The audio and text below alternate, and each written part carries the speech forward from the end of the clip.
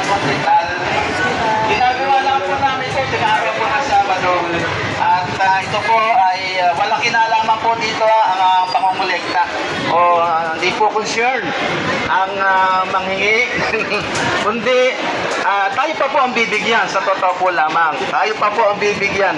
Yun po ang totoo po noon. At muli po, sa mga oras po nito, ay isang magandang dagat po sa inyo.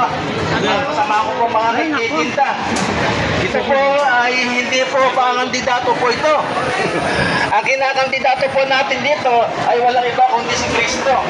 Siya po. Kaya muli po, sa pagkakataon ito, hindi ko lamang po ang konting attention po. Yung 5 minutes na po ito, hindi po ito napakatagal po. Alam niyo po, ang Panginoon po ay meron po love letter po sa bawat isa po sa atin.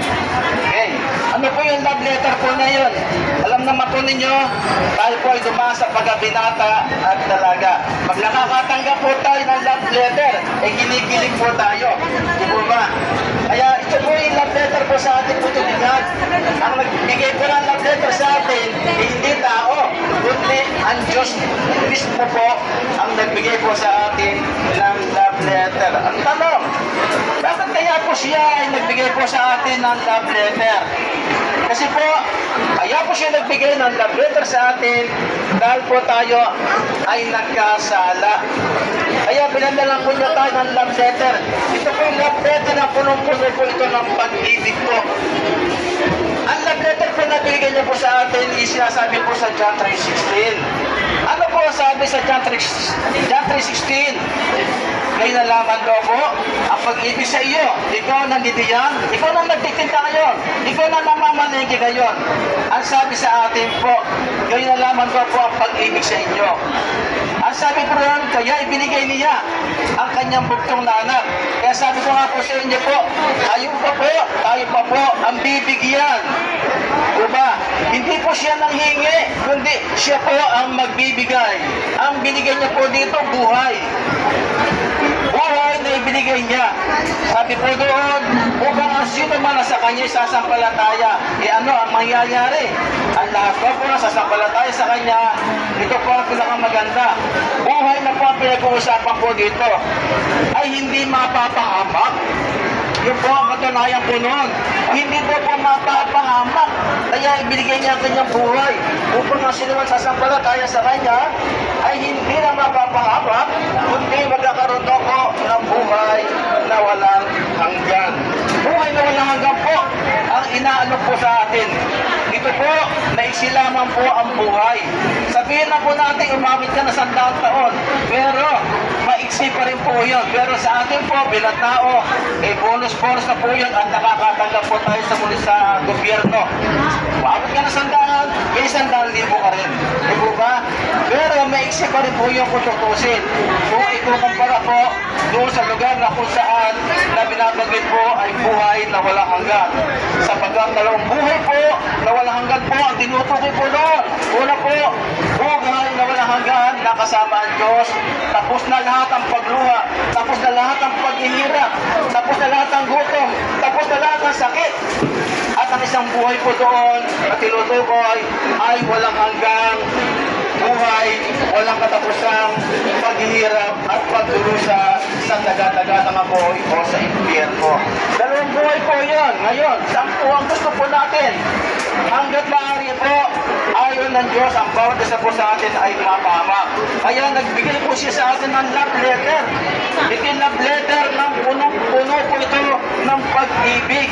Dahil sabi nga po, ayon ng Diyos po, na lahat po sa atin ay mapahamak po.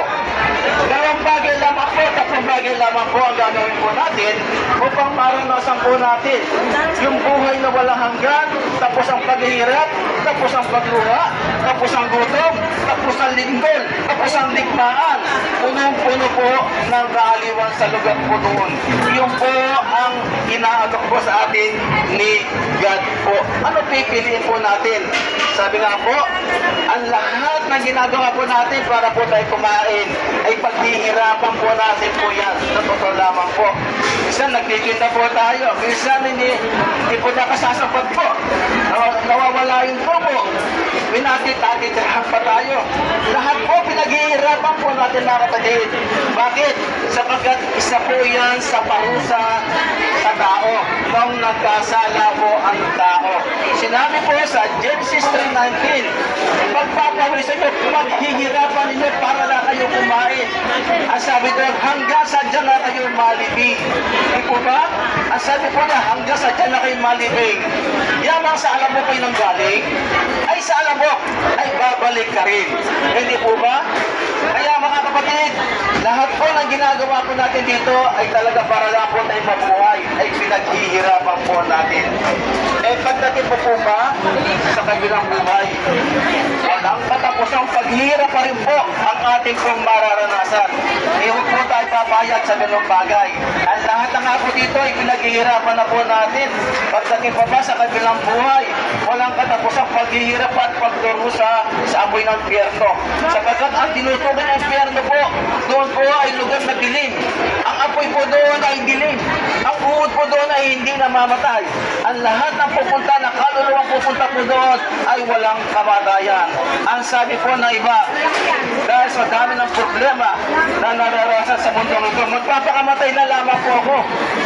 Para wala nang maniningil ng aking utang. Ay, tapos na ang problema. Pero ang problema po, pagdating po sa kabilang buhay, may pupuntahan po ang kaluluwang hindi namamatay. Saan po pupunta ang kaluluwang hindi namamatay? Doon po yun, sinasabi sa dalawang walang hanggan. Buhay na walang hanggan at walang hanggan katapusang paghirap sa apoy na impyerno. Hanggang maaari po, kaya po si God nagbigay at nagpadala po sa atin ng love letter. Sabi ko nga po, love letter na punong-puno po ng pag-ibig. Kaya nga po, sa pag-ibig niya sa atin, ibigay niya ang kanyang buktong na anak, sino si Jesus, upang ang sino masasampalataya kanino kay Jesus ay hindi na mapapahamak, kundi magkakaroon po ng buhay na walang hanggan. Tatlong bagay lamang po ang gagawin po natin upang magkaroon po tayo ng kasiguraduhan. Ito po ba? Lahat po, nabubuhay sa mundong ito hanggat maaari.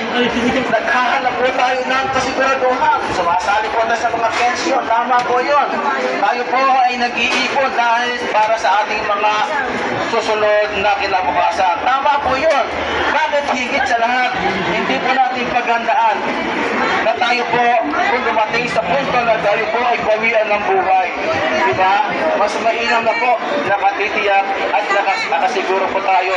Meron po tayong katiyakan ng buhay na walang hanggan. Yaman ka lahat naman po ay dadako po sa kamatayan. Diba?